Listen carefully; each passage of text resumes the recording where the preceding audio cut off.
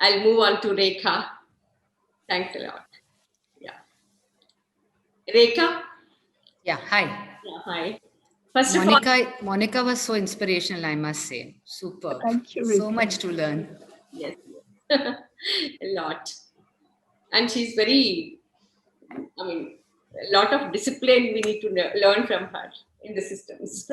Absolutely. Rekha, I want to start your session now. And Yeah. first of all, thanks for joining us here. My pleasure. In fact, I want to thank everyone here, all friends who joining us today. It's been, it's really, it means a lot to me.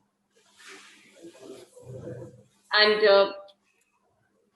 I want to share one thing with you, Rekha. Now, I was uh, I was supposed to be the treasurer for you too, but I had to take the tough decision of dropping out due to some pressing reasons for my personal reasons, and that too at the nth moment. And it would have been so difficult for you to find a replacement so quickly, but nevertheless, you did it with a smile and never reproached me for it. I felt so bad about what I did that I was very awkward facing you the next time. But your attitude towards me stayed unfailingly positive and normal. And I really admire you for your innate grace and deep maturity. Thank you so much. Thanks so much. Unknowingly, you taught me two life lessons that day. That one is no one is indispensable, and second one is of grace under fire. Okay. And I feel so proud and privileged to be talking to you, Rekha, on this platform today. My pleasure. Ready to take us on your true north journey? Sure. You started out as a fashion designer when you were barely out of your teens. And how was that experience? What lessons did you learn from starting out so early in life? See, I can say, Usha, that my work life started actually very early. I was 19 when I got married. I started as a fashion designer and I was rather successful. Even got the opportunity to design for beauty pageants and shows. And I ran a successful boutique since till 2002. I had young children and my priority was to raise them well. Uh, what hit me, I involved my mother-in-law into my business in the boutique. And because by that time I had started manufacturing, made it a little large. So there was someone should be able to handle that. And she got involved in the business and she started enjoying it as well. So there was peace and harmony at home. And I think that ploy worked. Yeah. So I agree with you. Even I started working on my own insistence at the age of 18. And the life lessons of working has taught me and helped me to take responsibility of my own life and grow into a strong woman. I can see the same in you. Um, Art is still not a mainstream business or career option in India. So, how did art and art business happen for you? Did you have to learn from scratch, or were you exposed to it at some level in school or at home? Well, I was always inclined towards fine arts. I grew up in Kolkata, and the city's rich art and cultural heritage had always shaped my youth and childhood. I longed to get involved in the world of art and to pursue a career in fine arts. I really wanted to spread my wings, and thankfully, my husband Prashant uh, uh, was an avid art collector, and he also wanted to make a name in this business. So he helped me understand the potential of the art market, the sustainability quotient, the opportunity, and how to create a future legacy for generations. So these things help me in the journey. Yeah, I know. I mean, art has always mirrored the society, and Yeah. socially relevant art has the power to make a meaningful impact on how we think and act. Of course, the education system and government should provide more opportunities to learn art from a young age itself. I think it will help our children blossom into more complete human beings. Absolutely. Yeah, and it's good that you had the opportunity, Rika, and see where are you today because of your early introduction of, I mean, to art. Yeah. As I always say, art is a lie, which I always say, art is a kind of lie which takes me from the real to the surreal. That's great. Tell us about more about Kalakriti and what is the vision and its growth story. So, our story begins with the umbrella organization Kalakriti India, which has been on a mission to preserve and promote art of Indian origin or art that features India as a subject. So, Kalakriti and its SPV companies has their independent, kind of companies are there, but the focus is art and making it more accessible to everyone. By access, we mean art available, affordable, within reach, and without losing its power to communicate. We have two fine art galleries, the Parent Gallery featuring the best of Indian art. Kalakriti Contemporary was born out of the need for emerging artists to showcase. An archive section of rare photographs and antique maps, which is a treasure trove for research scholars, students, and our curious minded friends. An alfresco dining is a fun and friendly art environment, also functions as a space to promote not only fine arts but performing arts. Kalakriti India also runs an art residency, which conducts an annual art and culture festival, provides e-commerce opportunity to artists, and their holistic welfare. So, and we also have an art-based premium lifestyle products manufacturing facility. So, this is how it's all divided. Oh, and congratulations to you and Prashant and your kids too. Thank you. Because with Kalakriti, you rewrote the art scene in Hyderabad and put the city in the world map of art. You made sure that the gallery became a conceptual space for everyone. And it is commonly felt that art is elitist. But with your constant efforts, you made sure that we overcame that apprehension and felt welcome in your creative space. Thank you. Thank you so much. Thank Okay. you. And what do you think of the Indian ecosystem for art? Is there an organized platform for artists, art dealers, galleries, exhibition organizers, art academicians, and students to converge? So, I would say yes and no. The reason is that artists who are well nurtured, handhold, can go places. Otherwise, what happens that there are many artists, but so this is the reason why I would like to relate Bapi Das story.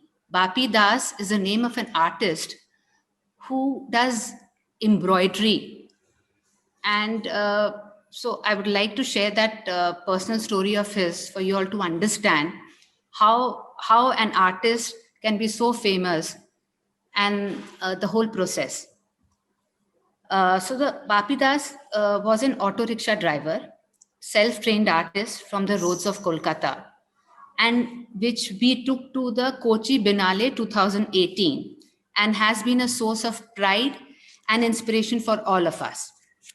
So Bapi was always very fond of art, and his art was doing embroidery. So this is Bapi Das. If you see, he's doing embroidery, and that is the art which he does. So his embroidery is from the nylon threads. So Bapi his mother was, the father left them and the mother used to do domestic household chores. He started plying auto rickshaw in the daytime, and in the night time he used to do this embroidery. And but by a chance encounter, we saw his works. If you see these works, it is his journey as an auto rickshaw driver, from an auto rickshaw, to the roads of Kolkata, and he was born in the Hooghly River. So just see the vision of how he's created the art form. And then we showcased his work in the gallery first during the festival. And then Kochi Biennale, he was then showcased there. And today his works are in the Rene Museum in Vancouver. And I have a list of at least 50 people who want Bakidas's work. Wow. Great. So this is, and I have a lot of stories like this. So because we have a team who hunts the talent. So there's another person called Vijay Biswal, who's a ticket collector in Indian Railways. He does fabulous watercolors. Another is Moshe Dayan. So, these stories is what takes you forward. And when you see them reach their, actual place, you feel really good, satisfied. Yeah. That's, it's great to know about them and about your encouragement. And actually, in a recent, somewhere I read that artist tops the list of non-essential jobs. And in education also, it is still not mainstreamed. So as long as governments and the public at large do not understand that art and artists are very important to preserving and relating the story of our times, art will lag behind and will not become a part of larger discourse. Yeah, in fact, just the day before, I read that only an NREGA for our traditional artists can help them survive this pandemic. Hope things quickly change. I know. And we know you are regular at India Art Fair. And how do you compare Indian artistic sensibilities with what's happening internationally? See, Indian artistic sensibilities is evolving, sometimes at par, sometimes a notch below, but depends. When we began our journey 18 years back, we made our motto to embrace art, explore art in all its avatars, and not getting caught up in the parameter of commercial, what sells and what not sells, because that's what the problem starts. Kalakriti Art Gallery regularly organizes workshops, panel discussions, film screening centered around art. So the gallery has in the past ventured into collaborative programs with Allianz, Goethe Zentrum, University of Hyderabad, National Art Fairs, India Art Fair Expo, the Agora Festival in France. In fact, Bordeaux, which is in the south of France, and Hyderabad is the sister city as far as art and culture is concerned. And we handle that part, with artist exchange and culture exchange. So we had our exhibition in there and they have their exhibitions over here. So that's a very good involvement other than the commercial part. Yeah. So what I meant to say is that it's very important to get involved in art, just not the buying, selling, but holistically. Okay. Yeah, that's so encouraging, Rekha. Somehow the perception is that our traditional art is good, but our contemporary interpretations are still far behind global sensibilities. I'm glad to hear things that are changing. Yeah. And investing in art is an expensive affair. So, despite having a genuine interest, the price point becomes a decision for many. At the same time, one is not sure whether affordable art is a good investment. And what are your thoughts on this? So we always believe that art is for everyone. That has been our motto from the day one. And we have been consciously working to make sure that we have something for everyone, from the learned connoisseur to someone who wants to buy a beautiful painting for his or her living room. While promoting every type of art and artist, keeping the needs and the interest of the audience, we have pushed us to explore and look beyond the well-knowns and the famous. In this journey, we have been blessed with working with various talented and experimental artists. So we have chosen ourselves to untag ourselves as a commercial gallery, but make artist a priority. So if an artist show is happening in whichever gallery I have, if suppose the artist comes and says, I want to paint this wall red and this wall black and this wall white, I would say just go ahead. Because it's that person's sensibility, how he wants to project and present his art form. So we've always worked like that. Also, the Love Hyderabad typographical structure, which it was done by us. It was made by us to the city of Hyderabad. The street art which you see in Necklace Road, the Makta Art District, that was done by us. The Kala Mela, which we used to do for, which is open to all amateur artists. It was our thought process. The whole thing is that, the more you reach the masses, we've always thought like we should take art to public and public to art. If we think public will come to art rather than taking art to public, it should not happen. So that's a process, two-way process we always believed in.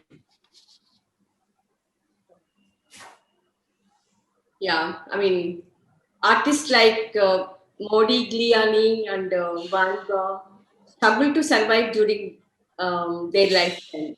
But today their art is out of reach for most everyone. I do see your point that unless encouraged through buying, no artist will make a name for himself or herself. Absolutely. Yeah. Okay. And we'll move to the Gallery Cafe is a unique concept. Yeah. How did you think of it? And what is its goal?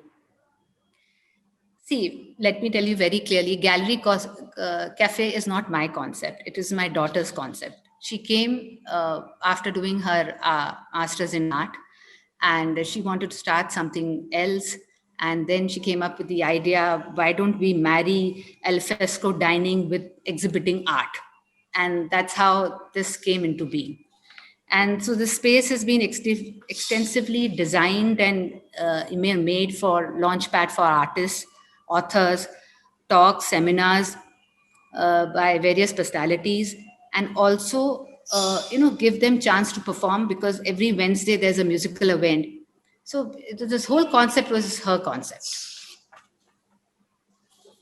I don't want to take away anything from her. That's so wonderful, Megha. And also giving a platform for young and local talent to shine is amazing. I have also visited the cafe a couple of times and found the atmosphere to be very charged and serene at the same time.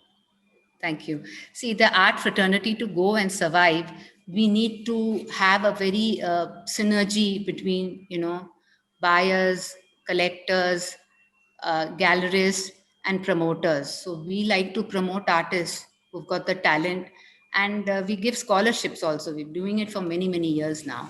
So that's great.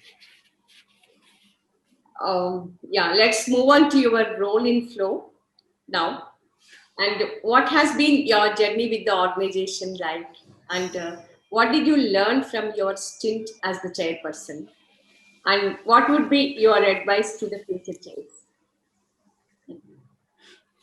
So my journey in Flow started in 2003 as Monica. And I was the secretary with earlier it was Suchitra LA, and then Lata Reddy. And I was really young that time. But yeah, Flow has been always a good, enriching experience. So it's been a learning journey throughout, making friends for life, delegation of work, finding talent, planning well. And whenever you're at crossroads, let your conscience decide which path to take. And then I like to follow my heart. So, finally, it's all an honorary post, and it's all about teamwork. One person can't do anything.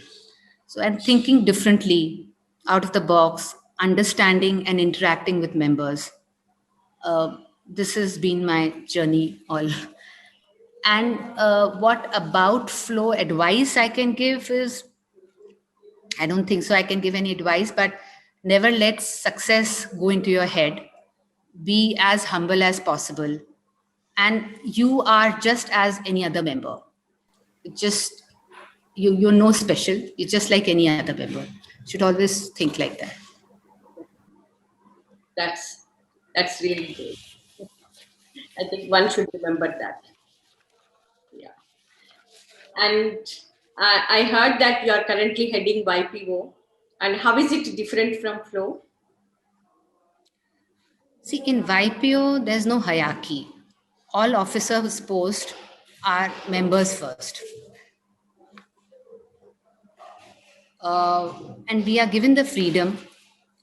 We have an international body, chapter, region, and training is given to every officer. So whether your term is for 2 years or 1 year, even if it is for 2 years, you'll be giving the training the next year. Because YPO adaptability is very important. They keep evolving and they keep updating. So you have to be in tune with everything what is changing and know how to adapt well in your chapter, in the region, and then support the international as well. Oh. Yeah, even I heard how YPO opens up the avenues for networking across the globe. And we are so proud to see you at the helm of YPO South Asia. Thank you. But I would just say, like to share that Flow has taught me a lot of things. It's been climbing up. It's a stepping stone towards YPO, because unless you are trained, I think it's all a process of experience, training, which takes you long. Yeah. And also my fellow here, Monica, has been absolutely amazing. As you said, Usha, we've had umpteen number of chats, umpteen number of discussions. But anything I used to call her up. And so that's what, when she said straightforward, that's the way even I am. So I guess it works well. Yeah. And we know philanthropy is big on your agenda. And what are the various ways in which you are giving back to the society?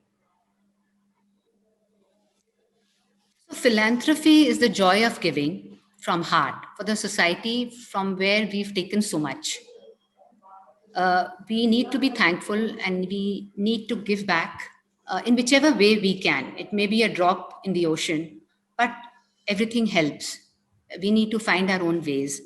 And our philanthropy arm, established in 2004, Krishna Kriti Foundation, has been promoting art and culture while actively giving support to those artists who have dared to break out from their mold to their vision and determination. Every year, the foundation conducts the annual Art and Culture Festival in Hyderabad, celebrating art, culture, and education. Also, we've started the Franco India Education Trust with Krishna Kriti Foundation in association with the Embassy of France in India, has been providing fellowships to deserving candidates to study fine arts in the art capital of world, Paris. And the foundation also supports merit-based sponsorship for art students. So, yeah. That's a lot of giving back that you are doing, Rekha. Thank you. The art sector does require doers and visionaries like you. Thank you. Thank you so much. Wonderful to see all the work that you are putting into making India a destination for global art investment. Let's hope so. Yeah.